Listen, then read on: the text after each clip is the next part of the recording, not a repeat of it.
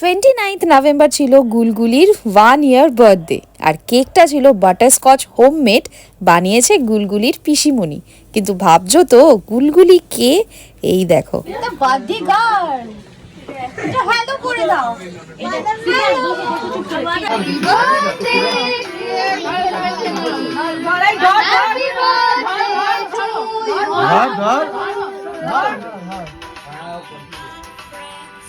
গুলগুলি যখন হসপিটাল থেকে বাড়ি এলো ফার্স্ট টাইম, সেই পার্টি তোমাদের সাথে শেয়ার করেছি, ওর অন্নপ্রাশনের পার্টিও শেয়ার করেছি। আর দেখো, দেখতে দেখতে আজকে 1 বছর হয়ে গেল। সবাই খুব আশীর্বাদ করো যেন খুব মিষ্টি হয়, খুব ভালো একটা মানুষ তৈরি হয়।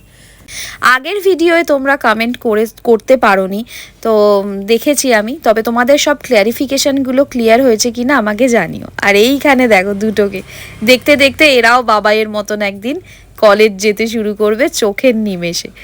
তবে হ্যাঁ, বাবাই তো রিভিউ দেবেই কেকটা কেমন হয়েছে। আহা কি ভালো, এই রিভিউটা তোমাদের খুব ভালো লাগে জানি। আর এই যে কেকটা খাচ্ছি আমরা, তবে এখানে দেখো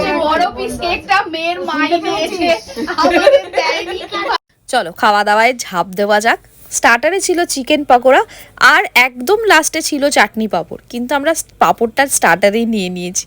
আর এখানে আমরা সব বন্ধুরা রয়েছি অনেক দিন পর, তোমাদের সবাই আর কি তোমরা দেখলে, সবার সাথে অনেক দিন পর আবার একটা ভিডিও বানাচ্ছি। আর মেন কোর্সে ছিল ফ্রাইড রাইস, চিকেন কষা আর পনির ফুলকপি দিয়ে একটা রোস্ট টাইপের, কোরমা টাইপের, ভীষণ ভালো হয়েছিল সমস্ত খাবার দাবার।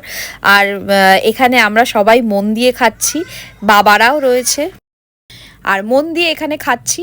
আর এই যে রাহুলকে গুলগুলি খুব ভালোবাসে, তো যাই হোক ঘুম পাড়ানোর চেষ্টা করছে, আজকে কি আর ও ঘুমায়। শেষ পাতে চাটনি পাঁপড় রসগোল্লা দই সব ছিল, মনে হচ্ছিল বিয়ে বাড়ি খেয়ে ফিরলাম।